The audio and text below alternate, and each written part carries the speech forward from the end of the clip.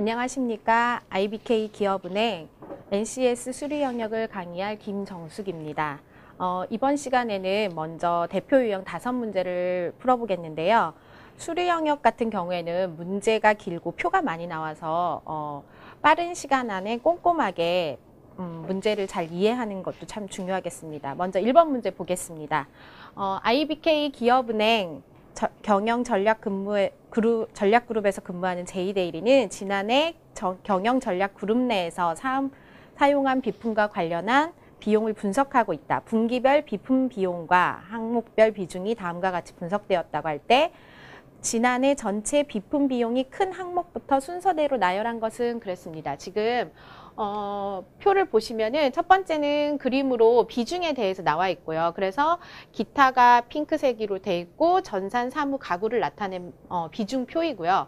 그 다음에 비품의 전체 비용이 나와 있습니다. 그래가지고 1번 같은 경우에는 지금 전체 비품 비용이 큰 항목을 순서대로 나열하라고 했는데 정확하게 하기 위해서는 전체 비품 비용이 있기 때문에 계산을 해주는 게 제일 정확하고요. 그리고 이 비중 그래프만 봤을 때 퍼센테이지가 높은 거 위주로 먼저 확인을 해보면 되겠습니다.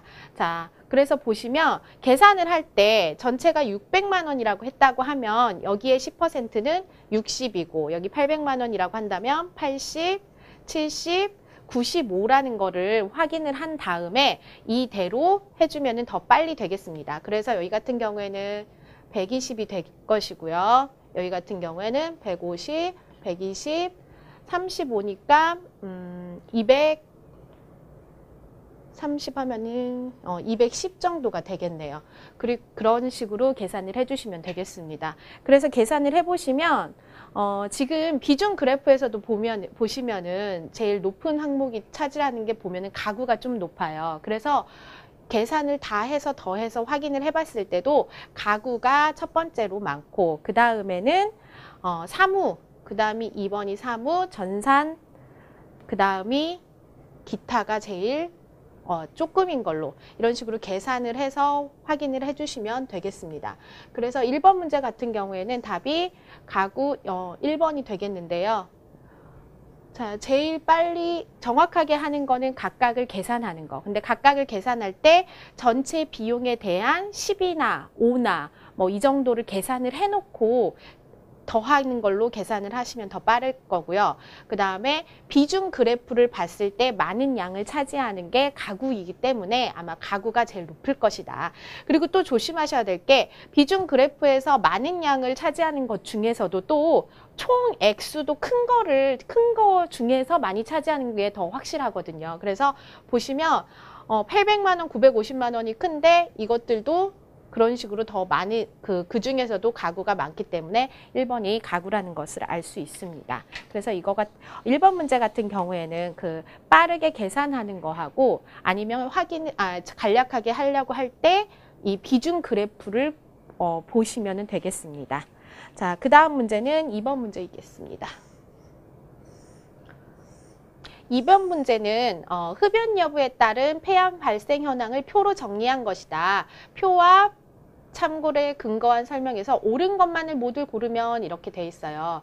그러니까 폐암 발생 여부가 나와 있는데 흡연을 했을 때 발생과 비흡연을 했을 때 발생 여부가 나와 있고 참고해서 보시면 위험 요인에 노출된 사람 중에서 질병 발생률 중 몇 %가 위험 요인에 기인한 것인지를 나타내는 지표를 기여율이라고 한다. 그러니까 용어의 정의가 나와 있어요. 기여율이라는 거는 뭐라는 거. 그리고 기여율을 정할 때는 기여율을 계산할 때는 A분의 A-B 곱하기 100인데 A라는 것은 위험 요인에 노출된 사람 중 질병 발생률이고 B라는 것은 위험 요인에 노출되지 않은 사람 중 질병 발생률을 얘기한다. 그래서 보기를 보시겠습니다. 보기를 보시면 기억은 조사 대상 전체에 대한 흡연자 비율은 조사 대상 전체에 대한 폐암 환자의 비율이다. 전체를 기준으로 해서 흡연자 비율과 전체에 대해서 폐암 환자의 비율을 보라 그랬어요. 그래서 보시면 기억 같은 경우 전체에 대한 그랬으니까 전체는 12,000이 되겠고 그 중에 흡연자 비율은 여기가 되겠죠. 2000이 됩니다. 그리고 전체에 대한 폐암 환자의 비율은 전체에 대한 그러면 1200, 12,000 똑같게 되겠죠. 이거는 12,000에 대해서 폐암 환자의 비율을 확인을 해봐라. 폐암 환자가 1000이라고 돼 있으니까 1000이 됩니다. 그러면 12,000분의 2000과 12,000분의 1000은 분모가 똑같기 때문에 분자가 큰 이쪽이 더 크다. 그래서 흡연자의 비율이 더 높다는 거 기억은 맞는 문장이 되겠습니다.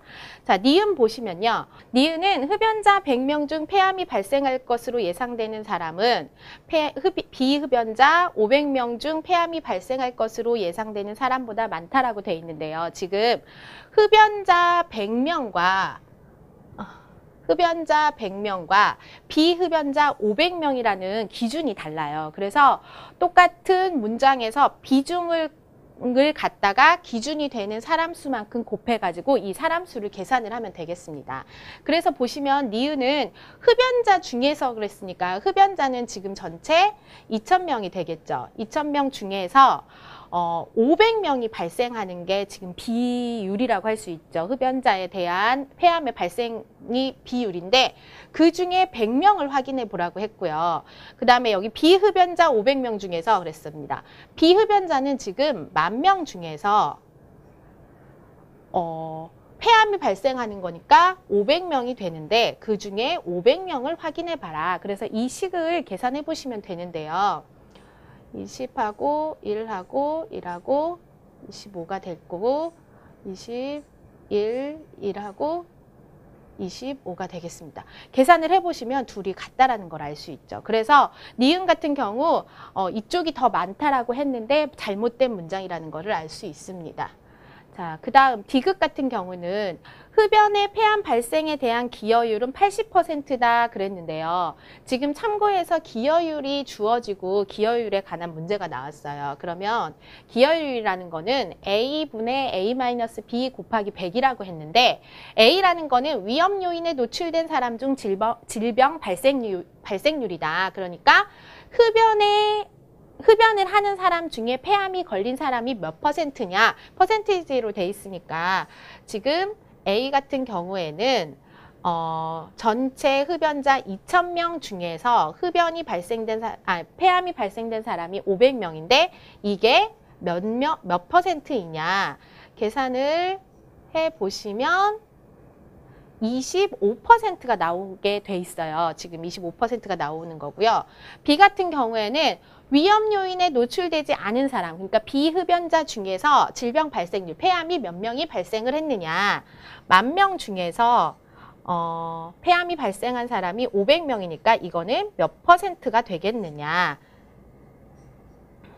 계산을 하시면 5%가 나와요. 그래서 지금 기여율이 아니라 기여율을 계산을 하려고 하는데 A하고 B가 A는 25가 나오고 B는 5가 나오더라. 그래서 우리가 기여율을 구하면 A분의 A-B를 계산을 하면 얼마가 되겠느냐. 25분의 20이 되니까 5분의 4가 되겠죠. 그리고 20이 남으니까 80이 된다. 그래서 80%가 맞다는 걸 알 수 있습니다.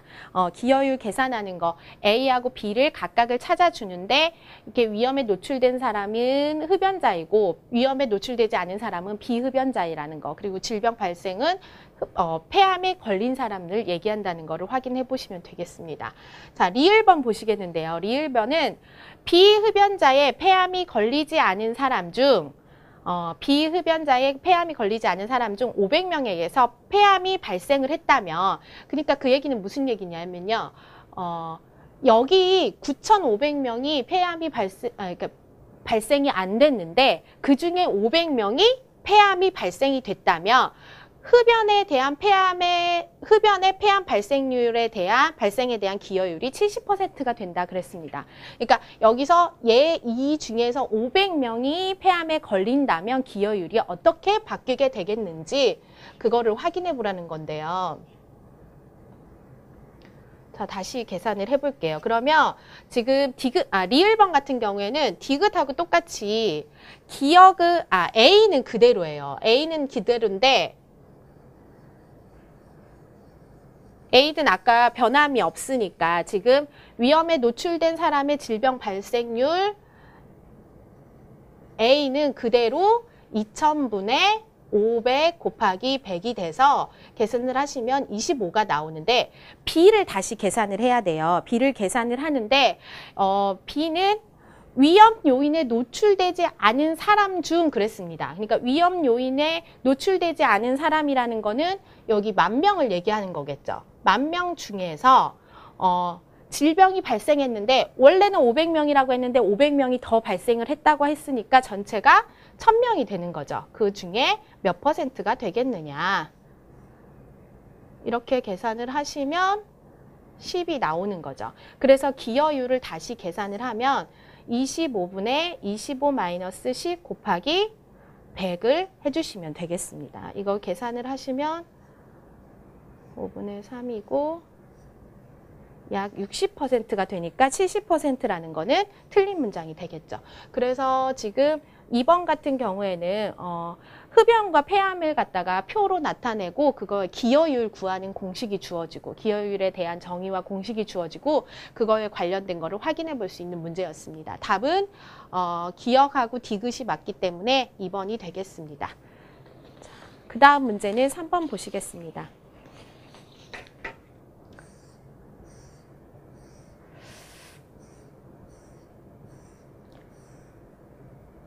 자, 3번 보시면 자료들이 제조업체인 K사에 근무하는 제2대리가 K사의 연도별 연구비 구성과 그 다음 2017년 경쟁업체들의 연구비 구성 비율을 나타낸 것이다. 이를 토대로 한 분석 내용 중 옳지 않은 것은 그랬어요.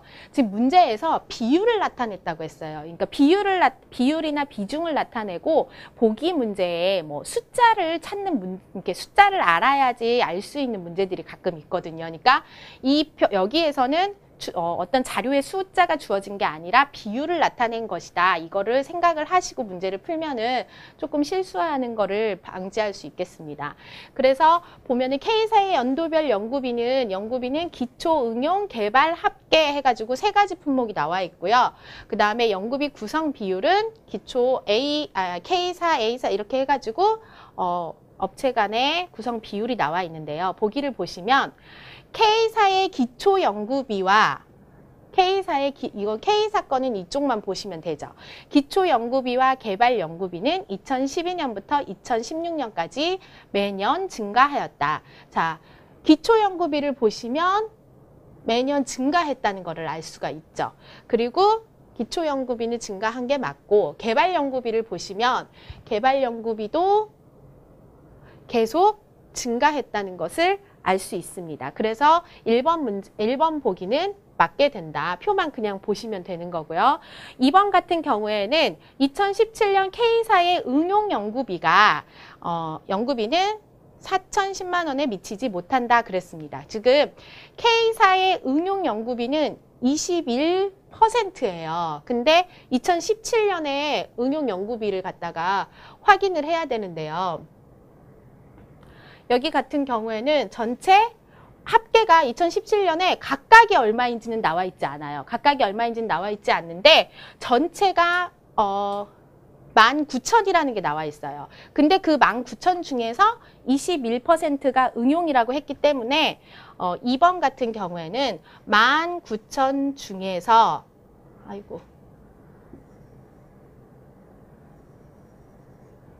자, 19,000 중에서 21%가 얼마인지 찾아라. 그러니까 100분의 21 곱하기 19,000을 하시면 되겠죠. 이거 같은 경우에는 계산을 하면 약 3,990이 되니까 4,000에 미치지 못한다는 맞다고 되겠습니다. 자, 3번 보시면 각 항목별로 2017년 연구비 구성 비율을 비교했을 때 업체 간 최대 편차가 가장 큰 항목은 응용 연구비이다. 이렇게 돼 있어요. 지금 각 항목별로 연구비 구성 비율을 이렇게 쭉 확인해 보세요. 확인해 보시면은 지금 기초 같은 경우에는 가장 낮은 회사가 K이고요.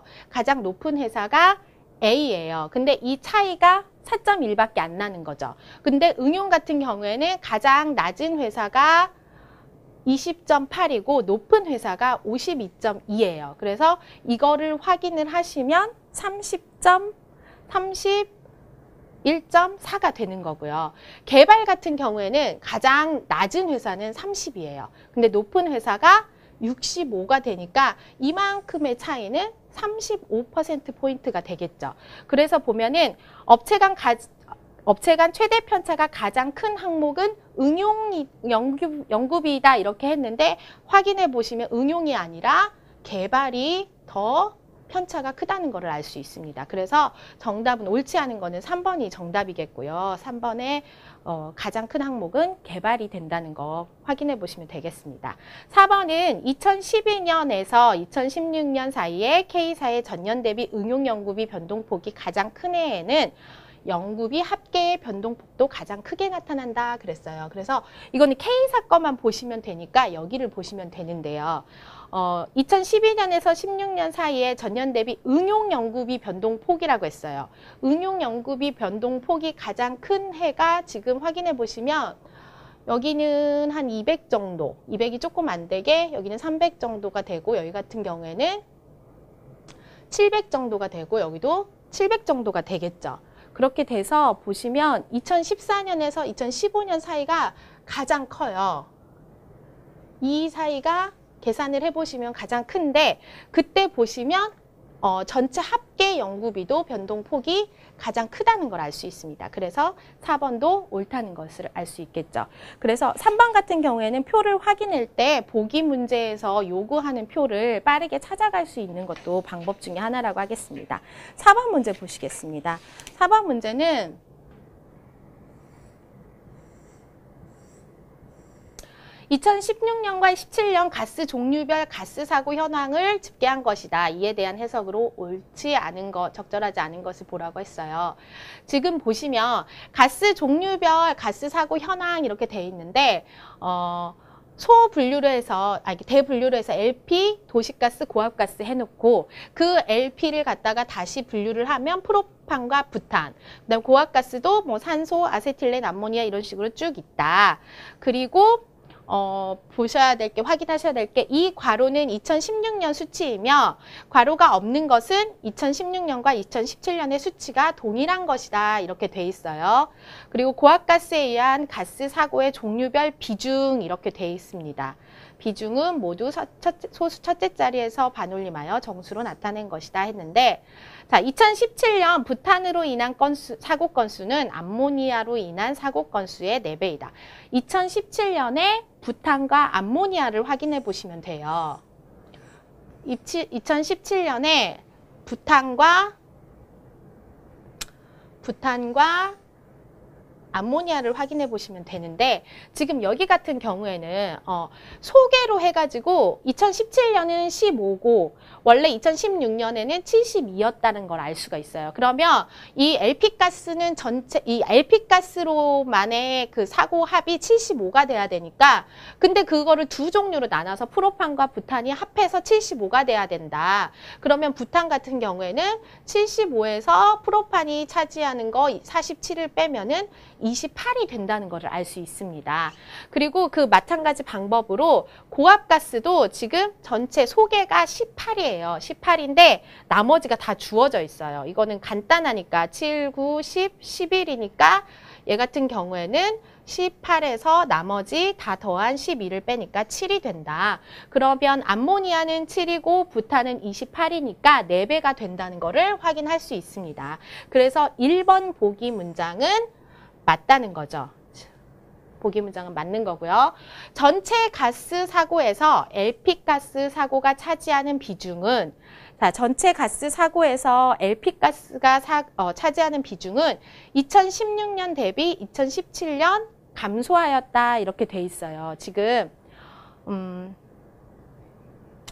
이거는 전체 가스에 대해서 LP가스만 물어봤어요. 근데 우리가 비중이라고 하니까 2번을 볼 수도 있거든요. 근데 2번하고는 전혀 상관없는 LP가스가 된다. 근데 이거는 전체 비중에서 2016년 중에서 2017년에 감소하였다 이렇게 돼 있으니까 전체 지금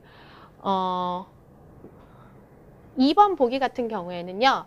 전체 2017년은 전체가 122였어요. 근데 그 중에서 75가 됐고 2016년 같은 경우에는 전체가 112인데 LP가 차지하는 거는 72가 됐더라. 이거를 보시면은 지금 계산을 하셔도 돼요. 이거를 똑같이 뭐 분모를 맞추거나 분자를 맞춰서 계산을 하셔도 되고 비율로 찾아서 계산을 하셔도 되는데 그것보다도 보시면은 2016년에 비해서 2017년에 분자는 3 정도가 증가했어요. 약 3 정도가 증가를 했는데 분모를 보시면은 10 정도가 증가를 했어요. 그렇게 됐다는 얘기는 무슨 얘기냐면 분자는 조금 증가를 했는데 분모가 많이 증가했다는 거는 이건 전체적으로는 감소를 했다는 거죠. 분모가 더 커지면 전체적인 값이 작아지기 때문에 분자 증가한 양에 비해서 분모 증가한 양이 많기 때문에 이 전체 비율은 작아졌더라. 그러니까 보기 2번 문제에서 지금 2016년 대비 2017년에 감소하였다는 맞는 문장이 되겠습니다. 자, 3번 보시면 LP가스, 도시가스, 고압가스 모두 2016년 대비 2017년에 가스 사고 건수가 증가하였다 이렇게 돼 있어요. LP가스, 도시가스, 고압가스를 확인해 보시는데 2016년하고 2017년을 확인해 보시면 지금 LP가스 전체 증가한 거 맞죠? 그리고 고압가스도 13에서 18로 증가한 게 맞는데 그러면은 도시가스를 확인해 보셔야 돼요. 도시가스를 확인해 보셔야 되는데 알 수 있는 게 각각은 이렇게 자세히 소분류로 된 거는 모르겠지만 전체가 112예요. 110인데 72하고 13, 85가 나와 있으니까 얘 같은 경우에는 얼마가 되더라? 27이 되더라. 그러면 원래 2016년에서는 27이었는데 2017년에서는 29가 됐다고 하니까 LP가스도 증가했고 도시가스도 증가했고 고압가스도 증가했다는 것을 알 수 있습니다. 그래서 3번 같은 경우에도 맞는 문장이 되겠습니다. 지금. 자, 4번 보시면 프로판과 부탄은 모두 2016년 대비 2017년에 가스 사고 건수가 증가하였다 그랬어요. 프로판과 부탄을 확인해 보시면 되는데 증가했느냐 감소했느냐 지금 그런 걸 얘기하는데 프로판과 부탄은 지금 47하고 28로 2017년 거만 나와 있죠. 2016년 거가 주어지지 않았으니까 이거는 꼭 증가했다고 볼 수 없겠습니다. 그래서 보기 4번 같은 경우에는 정확하게 알 수 없기 때문에 틀린 문장이다. 정답은 4번이 되겠습니다. 5번 문제 보시겠습니다. 마지막 5번 문제인데요. 5번 문제 보시면 A 사원은 상사의 지시에 따라 자료를 그래프로 작성하였다. 지시에 부합하는 그래프로 적절한 것을 고르시오. 이런 문제가 있어요. 지금 여기는 상사의 지시가 지금 잘 읽어봐서 그걸 찾아야 되는데 문제는 되게 간단한 건데 이거를 정확하게 읽느냐가 중요하고요. 이 문제 같은 경우에는 지금 보기에 그래프에서 이 색깔이 바뀌었어요. 기혼 여성하고 기혼 여성 중 경제활동 인구가 둘이 바뀐 거를 감안하고 문제를 보시면 되겠습니다. 정확한 건 다시 사이트에 올라가 있을 거예요. 확인 부탁드립니다. 그래서 보시면은 상사의 지시사항이 뭐냐면 연령대별 기혼 비취업 여성 경제활동 현황에 관한 것인데 주어진 자료상에서 기혼 여성은 기혼 여성이 취업 여성과 비취업 여성으로 분류되고 그리고 경제활동 인구는 취업자와 실업자로 구성되어 있다. 그래서 경제활동 인구는 취업자와 실업자로 구성되어 있는데 이 자료를 바탕으로 기혼 여성과 그러니까 기혼 여성이 어떻게 되는지하고 그리고 기혼 여성 중 경제활동 인구가 연령대별로 어떠한지를 확인할 수 있는 그래프를 작성해 주시오 그랬어요. 그래서 이거 같은 경우에는 되게 간단한 문제예요. 지금 기혼 여성을 그래프로 나타내고 그러니까 보시면 기혼 여성이 그대로 나와 있죠. 그래서 이게 그대로 나와 있어야 되고 그 중에서 경제활동 인구 연령대별로 이렇게 확인을 해야 되는데 이 경제활동 인구는 취업자와 실업자로 구성이 돼 있다. 그러니까 이 실업자는 지금 경제활동 인구에 속하는 거예요. 그러니까 경제활동 인구는 어떻게 찾아준다? 전체 기혼 여성에서 경제활동을 하지 않는 이 비경제활동 인구를 빼서 그것에 따라서 찾아주시면 되겠어요. 그래서 되게 간단한 문제인데 문제를 잘 이해를 하시는 게 중요한 포인트라고 하겠습니다. 그래서 보시면은 기혼 여성이 20대, 25에서 29세는 570명인데 그중에 비경제활동이 이만큼이다. 그러면 570에서 295를 뺀 275가 경제활동 인구가 되겠다. 그리고 30에서 34도 1,403명이 있는데 그중에서 743명이 비경제활동 인구니까 그거를 뺀 660명이 경제활동 인구가 되겠다. 그런 식으로 지금 빼서 찾아주시면 되는데요. 1번을 보시면 지금 이게 바뀐 거라고 생각을 하셔야 돼요.